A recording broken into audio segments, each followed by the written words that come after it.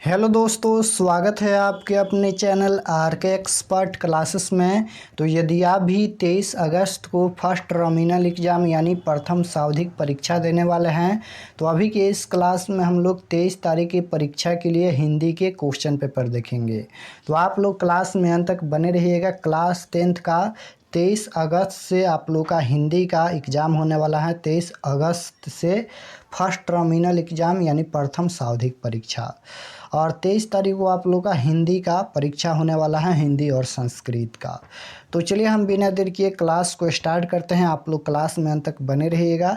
सबसे पहले खंड अ मिलता है। खंड अ में आपसे ऑब्जेक्टिव टाइप क्वेश्चन पूछा जाएगा। तो फर्स्ट क्वेश्चन ऑब्जेक्टिव में पूछा गया है कि छात्र अवस्था का संधि विच्छेद है। छात्र अवस्था का संधि विच्छेद बताना है। ये व्याकरण का क्वेश्चन है। छात्र अवस्था का संधि विच्छेद क्या होता है? तो छात्र प्लस अवस्था होता है। Right answer option number D होगा। क्वेश्चन नंबर 2 है कि अस्त शब्द का विलोम है।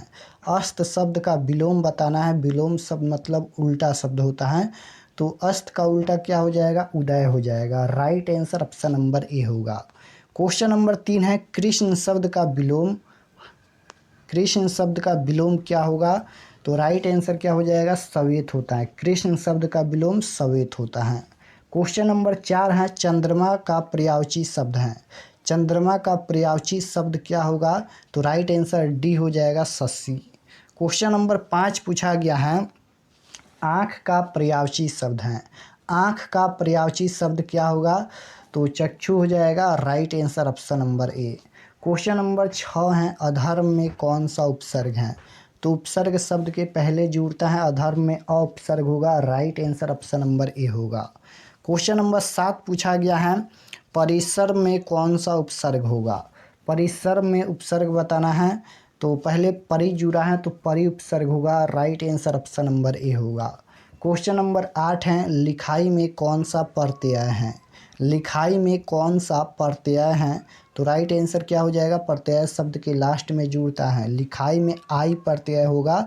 Right answer option number D होगा। क्वेश्चन नंबर 9 पूछा गया है बहादुर निम्न में से किसकी कहानी है? बताना है कि बहादुर निम्न में से किसकी कहानी है। तो आपको याद रखना है बहादुर यहाँ पर नेपाली पहाड़ी गोरखे की कहानी है। क्वेश्चन नंबर 10 है प्रगतिशील आलोचना का विकास होता है। प्रगतिशील आलोचना का विकास होता है। राइट आंसर सी हो जाएगा यहाँ पर साहित्य की परंपरा के ज्ञान से। क्वेश्चन नंबर 11 है बिरजू महाराज किस घराने के वसंत थे? तो right answer option number C हो जाएगा, लखनऊ। क्वेश्चन नंबर 12 है अभिनयोग कहाँ का एक मध्ययुगीन ईसाई मठ है? तो right answer option number B हो जाएगा, दक्षिणी फ्रांस। क्वेश्चन नंबर 13 है मरी हुई मछली की आंखों में नजर आ रही थी। तो right answer option number C हो जाएगा, परछाई। क्वेश्चन नंबर 14 है बिस्मिल्लाह खां एक प्रसिद्ध क्या थे? तो राइट आंसर ऑप्शन नंबर यहाँ पर डी हो जाएगा, शहनाई वादक। क्वेश्चन नंबर 15 है आध्यात्मिक शिक्षा से गांधी जी का क्या अभिप्राय है? तो हृदय की शिक्षा है। Right answer option number D होगा। क्वेश्चन नंबर 16 है नामकदेव ने जगत का सार किसे कहा? तो right answer option number D हो जाएगा, हरि कीर्तन। क्वेश्चन नंबर 17 है निम्नलिखित में रसखान द्वारा रचित ग्रंथ कौन सा है?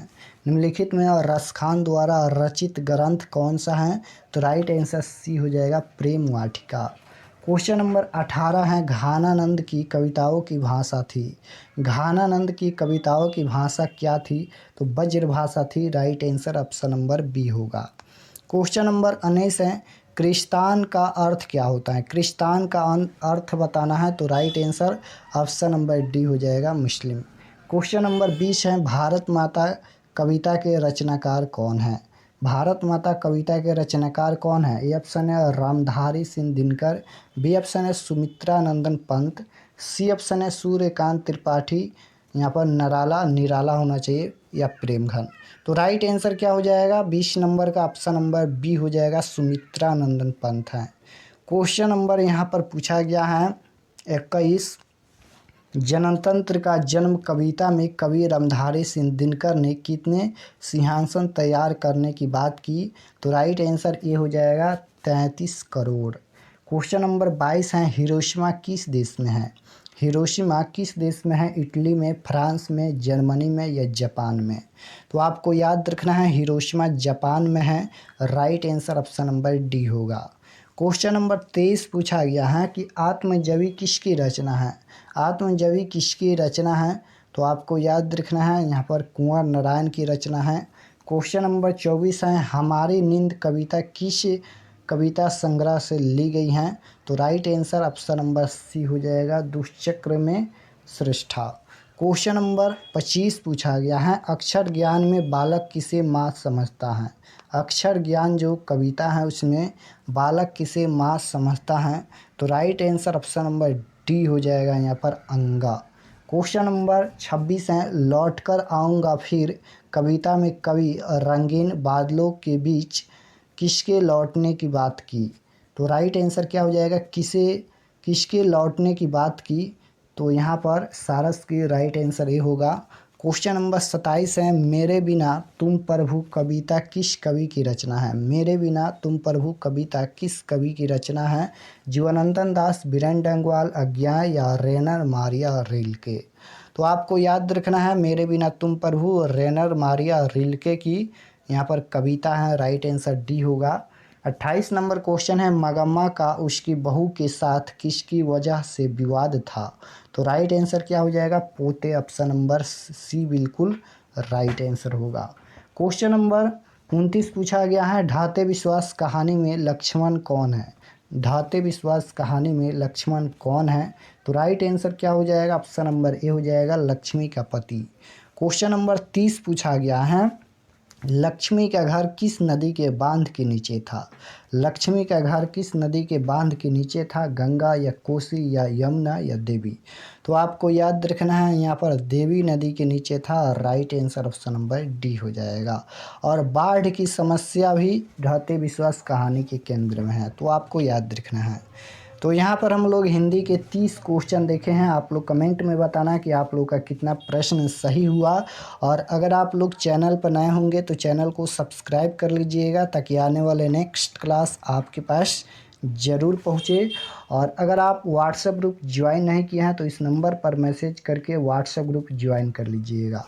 नंबर है 8292929627। इस पर आपको व्हाट्सएप पर मैसेज करना है। उसके बाद आपके पास एक लिंक भेजा जाएगा, आप लोग क्लास 10th के लिंक को दबाकर व्हाट्सएप ग्रुप ज्वाइन कर लीजिएगा।